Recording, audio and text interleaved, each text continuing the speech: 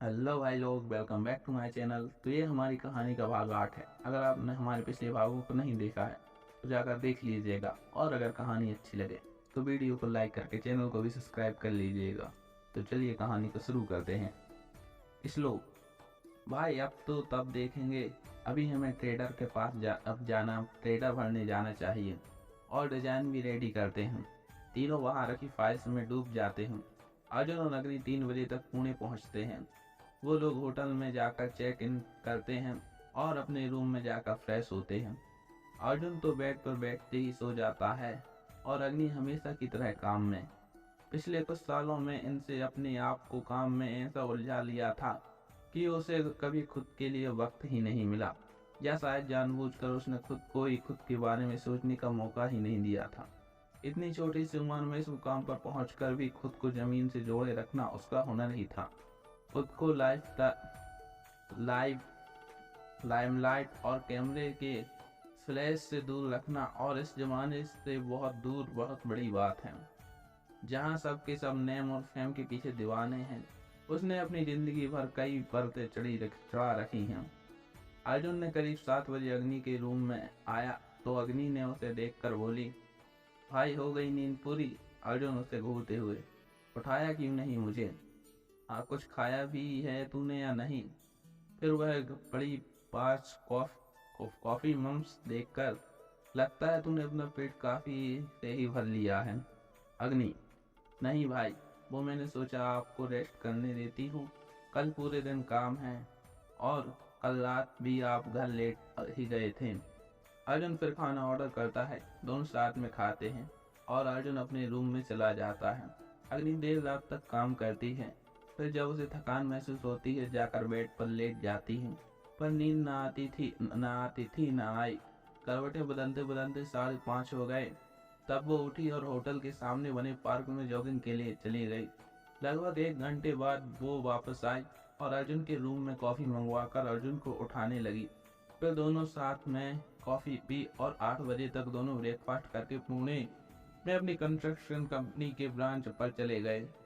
राघव और जूझी हुई टीम ने उन्हें सारी रिपोर्ट दी। फिर 10 बजे तक वो राजवंश इंडस्ट्री के ऑफिस पहुंचे। अग्नि ने अपना होटल का डिजाइन उन्हें दिखाया तो वे काफी इम्प्रेस हुए। सबने उसकी डिजाइन की काफी तारीफ की, पर कोई था जिसकी नजर डिजाइन से ज्यादा अग्नि पर टिकी हुई थी। अग्नि जब किसी को उनकी चुभती हुई नजरों खुद पर महसूस हुई तो नजर इधर उधर दौड़ाई, पर अग्नि के पहले देखने से पहले ही उस आदमी ने अपनी नजरें हटा ली। रघुवंशी इंडस्ट्रीज को कंस्ट्रक्शन प्रोजेक्ट मिला। अर्जुन और अग्नि दोनों ही बहुत खुश थे, पर अग्नि अब भी उन नजरों से परेशान थी। जब भी वह देखने की कोशिश करती तो वो इंसान पहले अपनी नजरें फेर लेता था। अर्जुन और अग्नि डील साइन करके वापस अपने होटल की तरफ निकल गए। वो आदमी अब भी उनके अपने मंजिल पर बने केबिन की कांच की खिड़की से उनकी गाड़ी को जाते देख रहा था। ये नजरें थी राजीव राजवंश के बेटे साहिर राजवंश।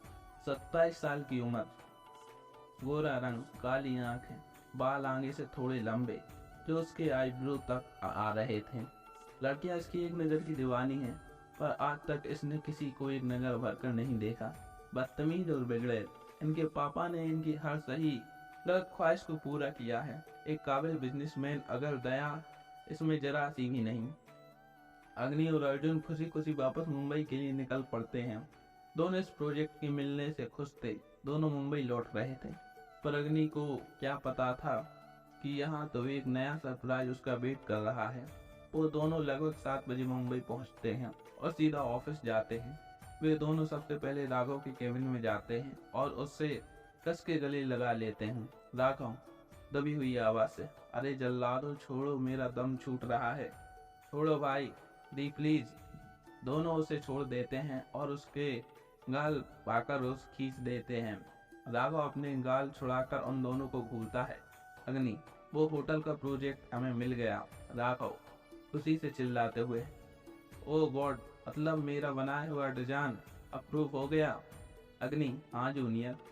राघव खुशी से डांस करने लगता है। दरअसल राघव हमेशा कंस्ट्रक्शन का काम संभालता था। उसने पहली बार वेद और अर्जुन के कहने पर होटल का डिजाइन बनाया था और उसे बिल्कुल उम्मीद नहीं थी कि बनाया डिजाइन अप्रूव हो जाएगा। अर्जुन उसे इस तरह देखकर हंसने लगता है। लगभग 8:30 बजे तीनों घर के लिए निकल जाते हैं, क्योंकि अग्नि और अर्जुन ड्राइव करके आए थे तो काफी थके थे। और राघव बच्चों वाला मुंह बनाकर बोला, मैंने भी पूरे दिन ऑफिस अकेले संभाला है, मैं भी थक गया हूँ।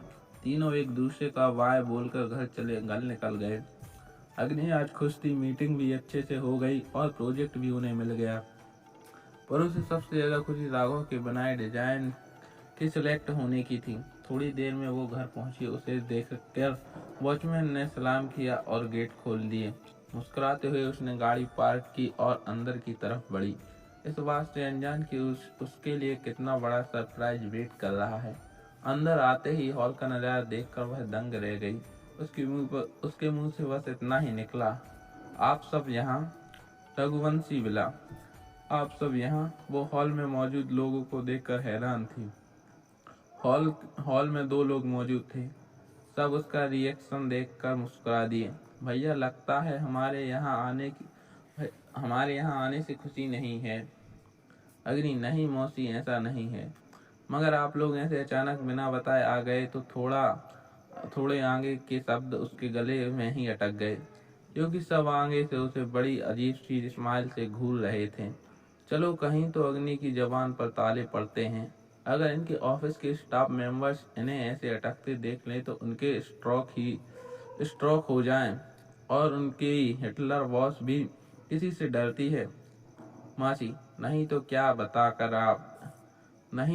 बताकर आते कि बच्चा हम आ रहे हैं, ताकि तुम फिर किसी मीटिंग के बहाने कहीं भाग जाती। अग्नि, नहीं यार मौसी, पिछली बार तो मैं बस इत्तेफाक से उसी दिन जाना पड़ा था। मौसी, अच्छा है, और उसके पहले 2 बार? अग्नि ये सुनकर सिकपका जाती हूँ। सब उसे देखकर मुस्कुराने लगते हैं। तभी वहां बैठे दूसरे शख्स ने अग्नि को अपने पास आने का इशारा किया, जो उसने जाकर उन दोनों को प्रणाम किया और फिर उनके सामने बैठ गई। अग्नि, कैसे हैं आप सब? मामा जी, हम सब बिल्कुल ठीक हैं। तो आइए आपको इन सब से मिलवाते हैं। फिलहाल हॉल में 2 लोग मौजूद हैं। अभीश चंद्र, अग्नि की मौसी, ने मामा जी प्रतीक राजपूत। अग्नि अपने मामा जी से बचपन से ही काफी क्लोज रही है और उसके मेट्रोड थे, गाइड थे और दोस्त भी। तभी कोई उसका कान पकड़कर जोर से खींचता है। अग्नि पीछे मुड़कर देखती है और खुशी और हैरानी के भाव उसके चेहरे पर एक साथ आते हैं। फिर दर्द का एहसास होता ही अग्नि, मम्मा, लग रहा है यार, छोड़ो ना। मम्मा, अच्छा है, लगना भी चाहिए, तुम्हारे जैसे शैतान बच्चों के लिए यही सजा है। कितनों दिनों के बाद तुम्हारा चेहरा देख रही हूँ। तुम्हें पता भी है ना, घर आना, फोन करना, और जब कोई घर आए तो भाग जाना, इतनी पिटाई होगी ना तुम्हारी। वो बोलती रहती हैं और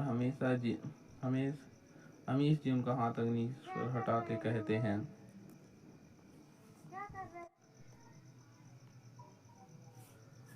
वो बोलती रहती हैं तो अमीश जी उनका हाथ अग्नि के कान से हटाते हुए कहते हैं, अमीश जी, क्या है नंदिनी, बच्चे का कान उखाड़ दोगी क्या? छोड़ो।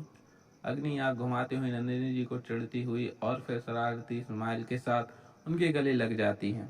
नंदिनी जी, मेरा बच्चा, कितनी शैतान हो गई है तू। अग्नि मुस्कुरा देती है। फिर उसके यहाँ आने का कारण पूछती है तो वो बताते हैं कि कल सुबह उनकी फ्लाइट है, कुछ ऑफिशियल काम से आए थे। अग्नि, पर मामू कुछ दिन के लिए रुक जाइए। अमीश जी, नहीं बच्चे, मुश्किल है, नया प्रोजेक्ट अभी शुरू हुआ है और हमारा वहाँ होना जरूरी है। कुछ देर बाद करने के बाद वो लोग डिनर करके सोने चले जाते हैं। समय अपनी गति से चल रहा था। नेक्स्ट पार्ट के लिए कमेंट कीजिए, और अगर आप लोगों को हमारी कहानी अच्छी लगी हो तो वीडियो को लाइक करके चैनल को सब्सक्राइब कर दीजिए, और कहीं गलती हो तो क्षमा कीजिए।